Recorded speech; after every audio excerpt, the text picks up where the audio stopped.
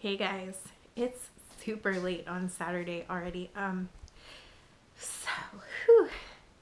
If you watched my vlog or my video I posted yesterday, which is a unplanned video, totally unplanned video about the Houston Livestock Show and Rodeo.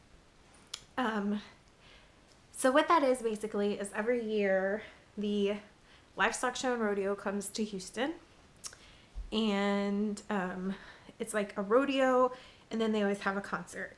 And I don't remember exactly. I mean, like Elvis played the rodeo. Like it's been going on a really long time. I've been going to see it since I was a little girl, like every year. So the majority of the reason people go is, yes, they go to the rodeo part of it, but it's an opportunity. It's a family event, and there's a carnival. There's an opportunity there for you to see performers that maybe you couldn't afford to see, like if they came to another. For instance, we have something called the Toyota Center here, which is where the Houston Rockets play, but they also have concerts there. If you go to a show at the Toyota Center, you can't get a nosebleed seat usually for under, I want to say, for a not that famous performer, for under like $80. It's really, really expensive. So I'm still so I waited so long to vlog today because I was so mad. I made that video. I was like shaking. It gave me a migraine. So it is kind of marketed as a really affordable experience. Well, the fields, it's basically in where the Houston Texans play is where the rodeo is now. It used to be in something called the Astrodome. But in the middle of the football field, basically, they build a stage, comes out and it rotates. And then everyone in the stadium is like open seating. The field seats are the low one. Then you have like club, I think. Babe, what's after club? There's club, and then there's boxes, or maybe boxes under club. And then there's nosebleeds, they call loge, which isn't up. And then there's upper, which is like you're standing on the roof, nosebleeds. Then above that is some like boxes I don't think anyone ever buys, but apparently they maybe had to put them out this year because I've never seen those for sale ever. So anyway, you can sit on the field, the bottom seats usually, and then they have something called action seats, or look like on the dirt kind of, and then they have some that are really close to the stage. You can sit in the field seats for $25. That is why it's an affordable experience for everyone. Thing is, the concert is not a full concert. It is not like going to see Beyonce, like in one of her shows, or Britney Spears or something, like a 2-hour thing with like an opening act. It is literally like 45 minutes. They sing like their hit songs, and then that's the end of it. So what happened this year, the thing I was ranting about, is usually it goes through Ticketmaster, and there's a mess because you have to deal with scalpers, and you have to deal with all those companies that buy all these seats. This year they're like, we're going to make it so you guys get the ticket first. That doesn't happen. We have a whole new system with something called ASX or something. And what will happen is you go, the tickets go on sale at 10 a.m. You go into the virtual waiting room at 9 a.m. and you get those tickets first. Like you get the first pick of those tickets. Before the virtual waiting room even opened, apparently there was thousands of tickets already on sale on the scalper site. And then the website told us field, club, action and like the, what is the other one called, babe? Action, and what's the ground one? Shoot.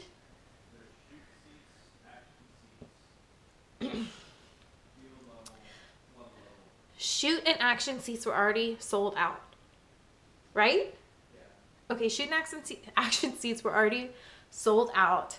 They said that they had singles only. It said singles only, and then next to that it says no seats together for field and club. So they were saying all that was left was loge and upper, which are two variations of the nosebleed seats. And everyone was kind of like, what does that mean? What does that mean? We were tweeting, we were Facebooking, like thousands of tweets and Facebooks going out to the Livestock Show and Rodeo social media pages, and they wouldn't answer. They would like dance around the thing. So we all wait in this fucking waiting room. Sorry, my language, because I didn't cuss in that one video, and it was just like, oh.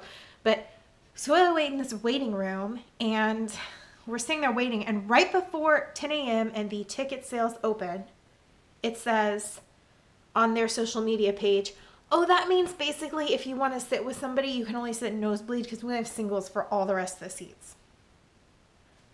So basically, if you took your kid, if you went out for a date night, you couldn't sit with them unless you were in nosebleed. Okay, fine. So when the sales opened, oh, well, he never got Alan Jackson. My sister did, some other people did, and they said only upper, which means I think the air is thinner up there, upper. Like, there's no point in even going or spending money on it because for like $10 more, you could have been on the field. So, yeah, that was what my rant was about. They just really gypped people this year, if you saw the video. They did people really wrong.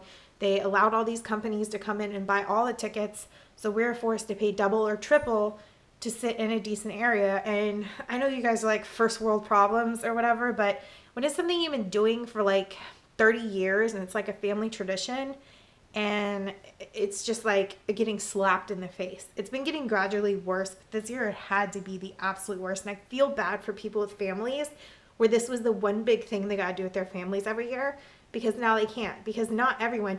We paid $175 after we bought our tickets from a second party site. We paid for, what was the fee? Like sales fee, convenience fee, shipping fee. After we paid all that, we spent $175 on 2 tickets of field seats that should have been $25 a piece. This is a local rodeo update. Probably worst lighting ever, but whatever. So, update. The only news station so far to pick up the story is the one that isn't, I don't think that rodeo follows them. I see them working with like ABC. I'm sure KPRC does a lot with the rodeo, but I just think it's interesting. They're the first ones to say something about the ticket situation and how mad people are. But thank God they did, because it feels like at least our voices are being heard somehow, because the rodeo committee and all this, the social media for the rodeo people might not want to respond to us or make a statement, but they're really put on the spot when like the media picks up the story. So I'm interested. What do you think will happen? They'll make another excuse? Probably. It'll probably be another excuse. This is a very eventful day. Now 2 TV stations here are covering it. Now let's see if Fox and Channel 13 do. So we just left Joann's because I had to return something on our way to see my in-laws, take them to dinner. And I was standing in line, and the line was really long and backed up because I felt like it's just gonna be a bitch day, but it was really long and backed up because something was wrong at the register, and all the cash register people were at one register trying to figure this thing out. It was so bizarre. Which is fine. Shit happens. That's fine. That didn't bother me.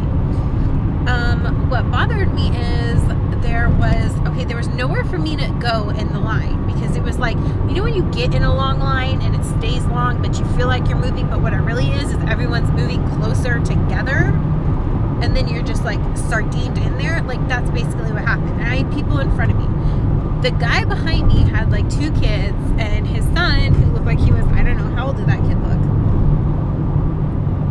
15 or 16. No, he had to be like 14. He was really tall. He was really tall, but up close, he was like 14.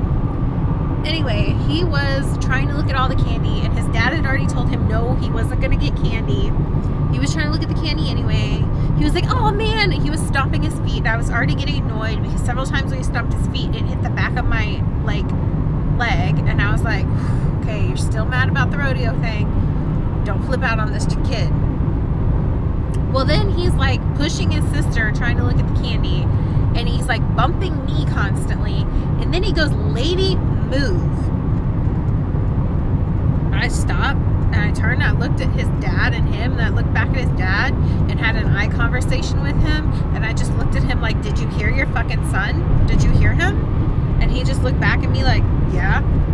So then I told the dad, I looked at the son again, and I told dad, I was like, you need to handle your child before I do. I told him something in different language, and the boy was already looking scared. He ran out of Joann's. He like ran out. And so finally when I left to check out, like I go through and everyone around me was just really quiet, but I feel like it was a solidarity silence. Like they wanted to say it too, but everybody's always scared to say something, but I'm not, especially on days like this. So, because this kid was annoying everyone. So I walk outside and he's standing outside like texting on his phone. He looks up and sees me and like scurries back inside. And I was looking at Justin in the car and I could tell Justin's face was like, what's going on? We got in the car and told him. But yeah. What a day. Look how pretty the sky is. I'm leaving Dollar Tree. You got your hands up, you're rocking in my truck. You got the radio on, you're singing every song. I'm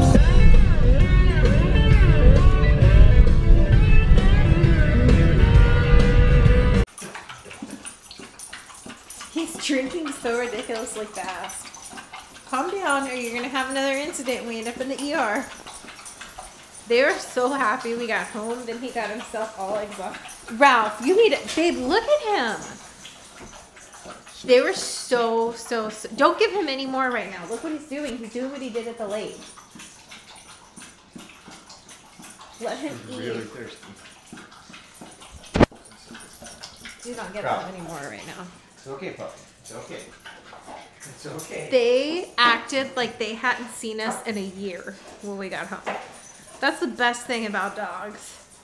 So much love. You can be gone a few hours and they act like they haven't seen you in a year. That or they were super excited about dinner. Anyway, this vlog, I talked a lot today, so I'll see you guys tomorrow. Bye!